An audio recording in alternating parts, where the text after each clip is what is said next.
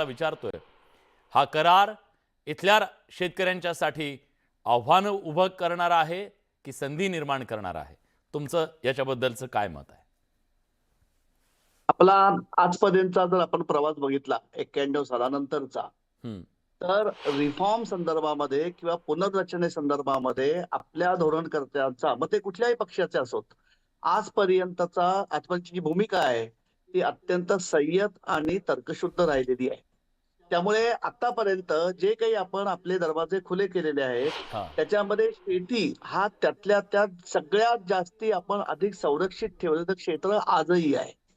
बाकी सगळी क्षेत्र जरी आपण आयात निर्याती करता बऱ्यापैकी खुली केलेली असली, तरी शेती ही अजून तेवढी शेतमालाची आपण तेवढी अजूनही खुलेपणा हे आणलेलं नाहीये, हे आपण पहिली गोष्ट लक्षात घेऊया. हां. दुसरी महत्वाची गोष्ट जे तुम्हीच म्हणलात आणि ते अगदी सत्य आहे.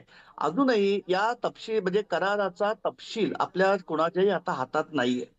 तिसरी महत्वाची गोष्ट की हे शेवटी सगळं आपल्याला पॉलिटिकल इकॉनॉमीच्या फ्रेमवर्कमध्ये बघायला पाहिजे.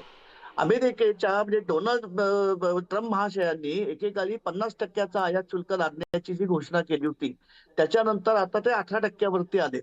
म्हणजे एका अर्थाने त्यांना त्यांच्या मतदारांसमोर त्यांची प्रतिमा ही टिकवून धरण्यासाठी काहीतरी घोषणा करणं हे आवश्यक आहे.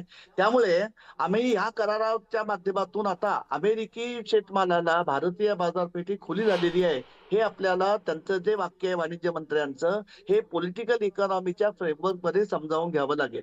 हां. चौथी महत्वाची गोष्ट अशी आहे अत्यंत, आणि हा आपण कायम भाग लक्षात ठेवला पाहिजे, विशेषतः शेतमालाच्या आयात निर्याती संदर्भामध्ये आपल्या देशाचं प्रामुख्याने आजवर जे सातत्याने धोरण राहिलेलं आहे, ते धोरण इथल्या उत्पादन आणि इथल्या मागणीच्या समतोलाशी निगडीत आहे.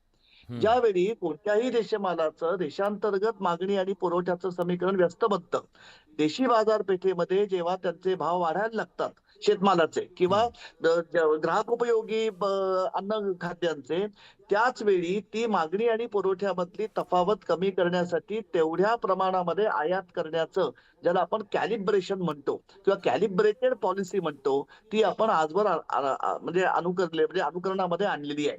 त्यामुळे केवळ आता आपण करार केलाय, त्याच्यानंतर अमेरिकेने सुद्धा आयात शुल्क हे 18% आणलंय, म्हणून कोणत्याही प्रकारचं तारतम्य न बाळगता एकदम सगळ्या प्रकारच्या आयातीला आपण दरवाजे आपण खुले करू.